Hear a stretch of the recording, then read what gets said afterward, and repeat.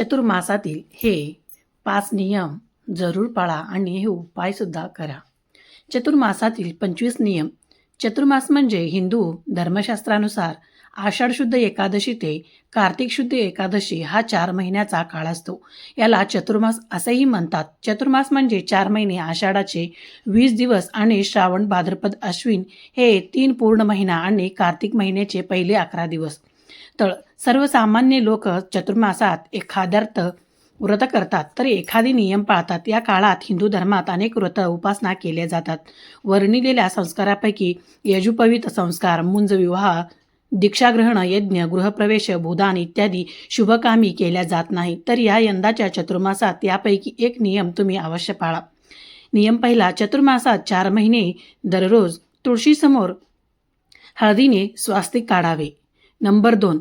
चतुर्मासाच्या काळात 4 महिने दररोज महादेवाच्या पिंडीवर दूध आणि दह्याने अभिषेक करावा. नंबर 3. चतुर्मासाच्या काळात 4 महिने दररोज शक्य असल्यास तुळशीसमोर तुपाचा दिवा लावावा. नंबर 4. चतुर्मासात काही लोक 4 महिने एकच वेळा जेवण करतात आणि काही जण तामसिक भोजनाचाही त्याग करतात.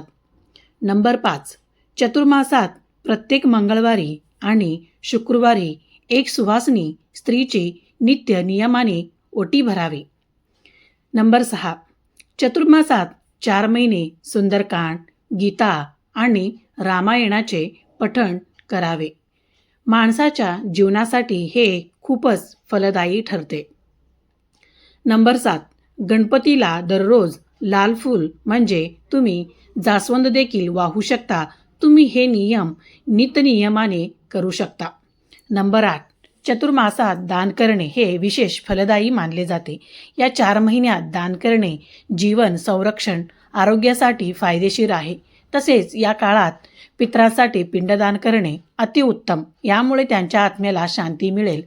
तसेच या महिन्यात केलेली कोणतीही उपासना आणि साधना लवकर फलप्राप्ती होते.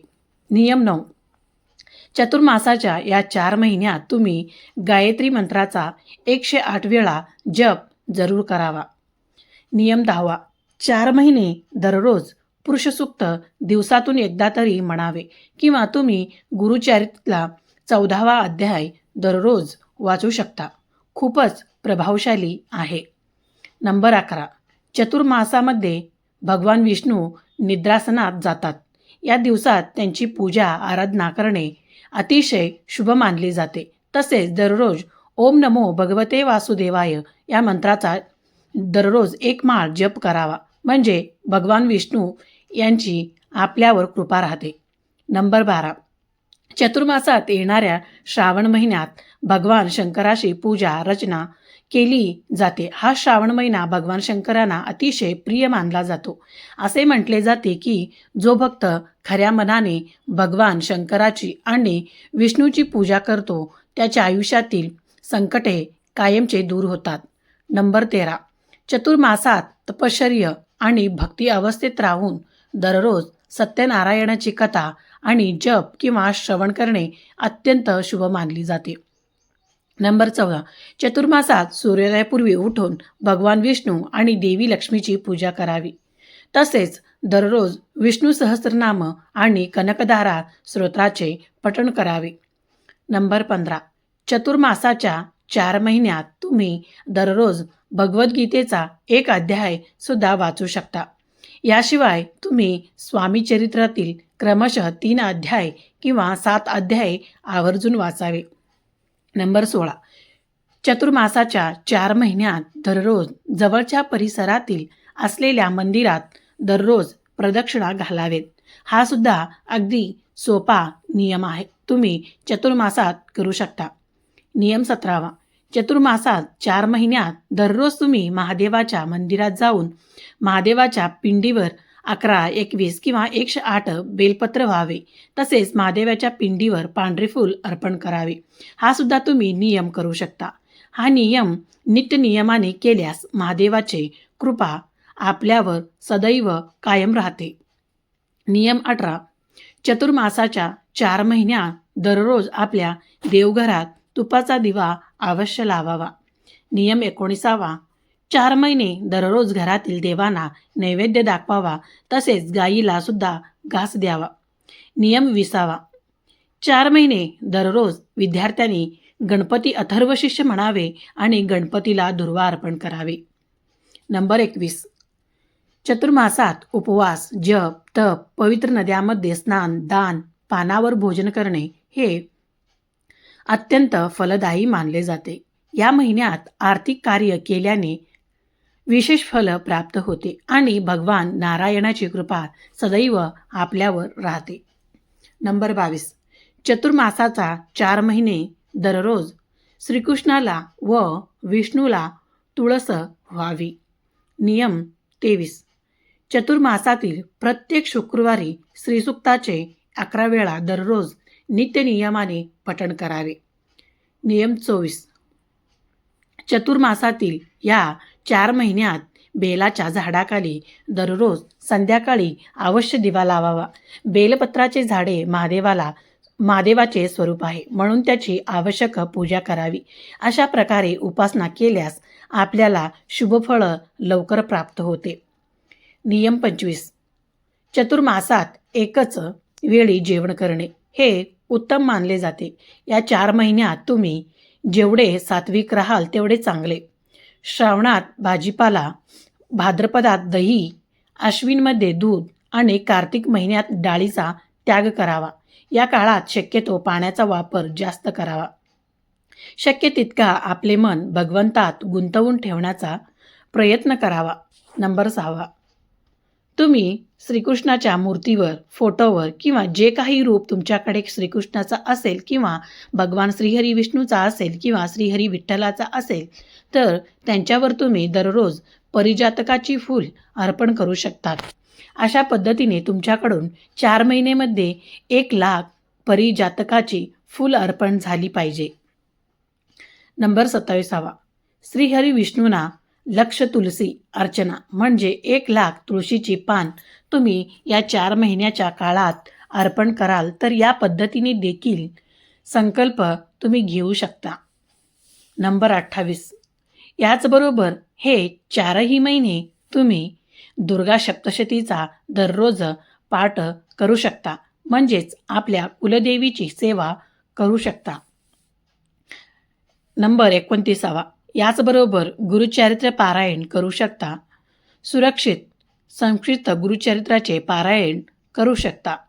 नंबर 30. नवनाथ पारायण करू शकता. तुम्ही शिवलीलामृत या ग्रंथाचे पारायण करू शकता किंवा शिवलीलामृत जो 11वा अध्याय आहे याचा सुद्धा तुम्ही दररोज पठण करू शकता. त्याचबरोबर श्री गणेशांना लक्ष दुर्वाचन 1,00,000 दुर्वा तुम्ही गणपती बाप्पांना या 4 महिन्याच्या काळामध्ये अर्पण कराल. या पद्धतीचा देखील तुम्ही संकल्प घेता येईल. आषाढी एकादशीपासून ते कार्तिकी एकादशीपर्यंत महादेवाला या 4 महिन्यामध्ये 1,00,000 पांढरे फूल अर्पण करतात. म्हणजे दररोज काही असं ठरलेलं नाही की रोज 1,000-2,000 असं काही नाही. रोज म्हणजे या 4 महिन्यामध्ये 1,00,000 फूल जी आहे ती मोजून शिवलिंगाला अर्पण करतात. याचबरोबर आणि बरेच जण कांदा, लसूण, वांगी हे 4 महिने सोडतात आणि कांदा, लसूण न टाकता जे काही पदार्थ बनवता येतात ते पदार्थ खातात किंवा भाज्या, वरण याच्यामध्ये कांदा, लसूणचा वापर केला जात नाही. त्याच्याशिवाय जेवण बनवलं जातं आणि ते खाल्लं जातं. याचबरोबर वांगीसुद्धा जी आहे ती 4 महिने खात नाहीत. नंबर 34. याशिवाय या चतुर्मासात तुम्ही दानधर्म भरपूर करू शकता. आपल्या पितरांच्या नावाने दानधर्म करू शकता किंवा तुम्ही बघा या 4ही महिन्यामध्ये एखाद्या गरजू व्यक्ती असेल किंवा एखाद्या मंदिरामध्ये रोजच्या रोज शिधा तुम्ही देऊ शकता.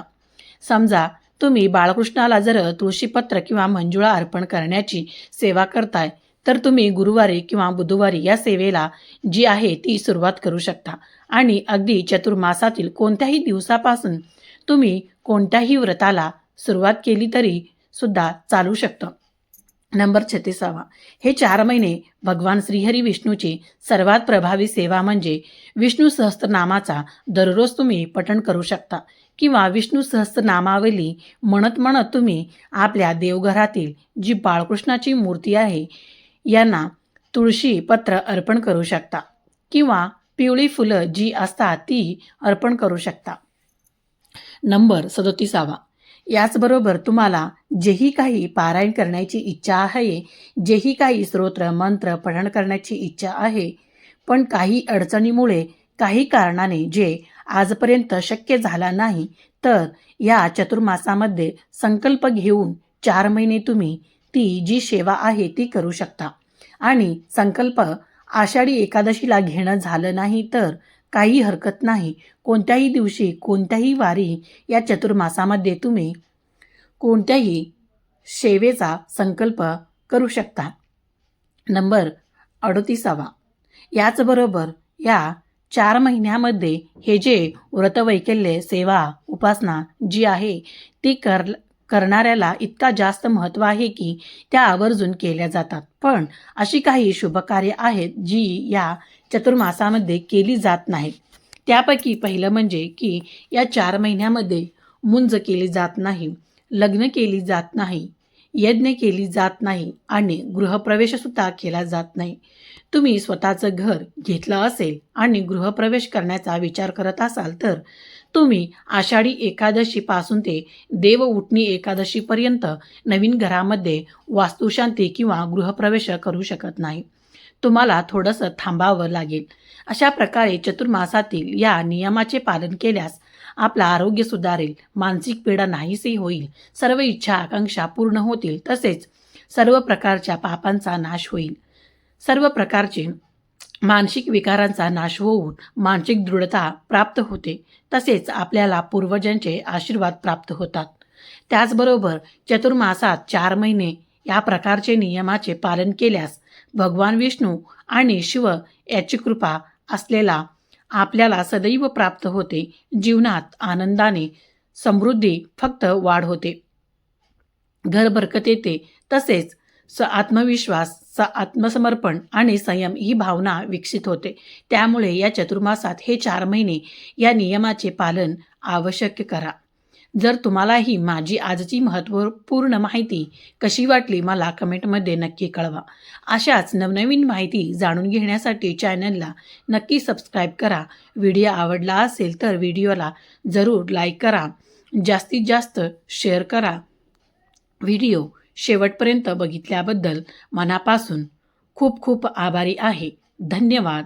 श्री स्वामी समर्थ.